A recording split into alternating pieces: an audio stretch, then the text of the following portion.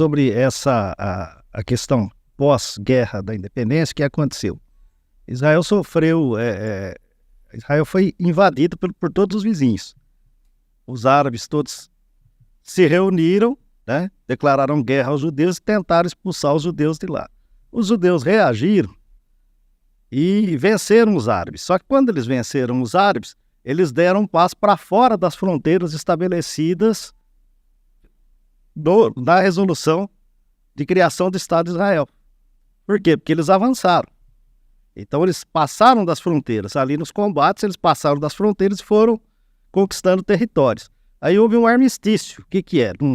Não foi o armistício é um cessar-fogo. E quando houve esse acordo, até onde Israel tinha chegado, ficou pertencendo a eles. Porque os árabes concordaram com essa terra que eles ganharam na batalha.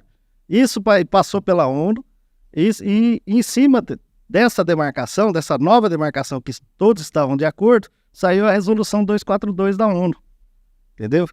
Então, por essa resolução 242, o Estado de Israel sofreu uma expansão de território, com a concordância dos árabes no armistício que teve. Então, essa história, não, Israel está invadindo, está oprimindo, não.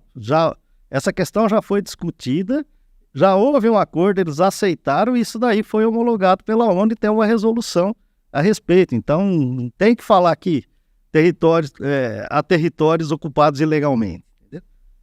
Dentro de todos os pontos jurídicos apresentados, a gente vê... Do ponto de vista do direito internacional,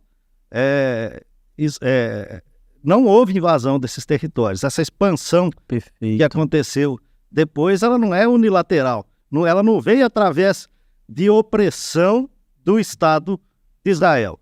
Ela veio através do exercício de defesa. Israel se defendeu, se avançou defendendo, e aonde ele ultrapassou as fronteiras, eles fizeram um acordo que ficava pertencendo a ele. Olha só, quando coloca preto no branco, através do ponto de vista jurídico, através do ponto de vista geográfico e tudo mais, a gente encontra respostas simples e esclarecedoras para tudo isso. Agora, a pergunta que, como o professor Rubem Rosenberg sempre ele traz essa questão no ar, não sei como isso começou, não sei o porquê.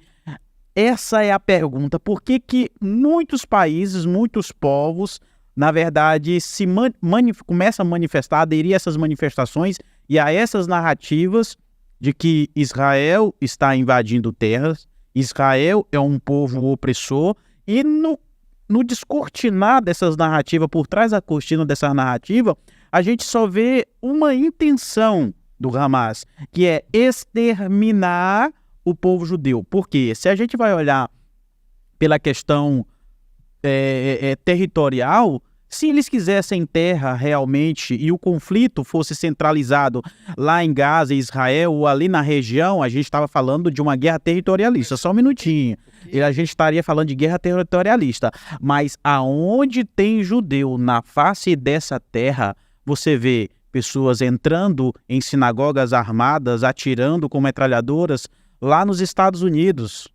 Ali não é território de Israel, ou eles querem ocupar os Estados Unidos? Eu não entendi isso. Você vê em outras localidades do mundo acontecendo esse tipo de ataque por ser judeu. Hoje a gente vê, na Rússia, que a gente vê um grande protesto de russos parado na porta de um hotel, reivindicando 2 judeus. Para quê? Para acariciar eles, não para linchar eles. A questão é o ser judeu. Quando descortina isso tudo, você vê que a questão é o ódio ao judeu e não à terra. Vamos supor que o judeu saia daquela terra e ocupe um outro lugar nesse mundo, você pode ter certeza que a perseguição ela não vai parar, como disse Golda Meir. Se nós abaixarmos as nossas armas, o povo judeu será extinto. Mas se abaixar deles, haverá paz. Mas veja bem, o que acontece? Isso daí, esse ódio, muita gente odeia e não sabe por que odeia. Isso tudo é fruto da indústria da propaganda. Exato. Como eu disse para vocês, nós temos essas 3 ordens mundiais. O problema é que existe uma ordem mundial do mundo muçulmano com o mundo do Extremo Oriente. Por que que existe? Porque eles têm um inimigo comum, é os Estados Unidos. Então, o inimigo, veja bem, o inimigo do meu inimigo é meu amigo. Porque a verdade é o seguinte, vamos supor que veja bem, a religião na China é quase que proibido. Praticamente é proibido. Você acha que se nós conseguíssemos exterminar todos os costumes ocidentais, os Estados Unidos deixassem de ter a influência que tem, o Estado de Israel desaparecesse, árabes e chineses iriam se entender? Não queriam se entender. Então o problema é que hoje eles estão unidos porque eles têm um inimigo comum. A China, ela não quer exterminar o Estado de Israel, mas hoje a obsessão da China é ser a primeira economia do mundo. Exato. Então tudo que eles puderem fazer para atrapalhar, eles fazem. Então por que hoje eles apoiam esses movimentos aí? O interesse econômico. Eles têm um interesse econômico, que os Estados Unidos gastem dinheiro na Ucrânia, que os Estados Unidos gastem dinheiro em Israel, que os Estados Unidos tenha mais uma guerra talvez com o Irã, para desgastar os Estados Unidos e eles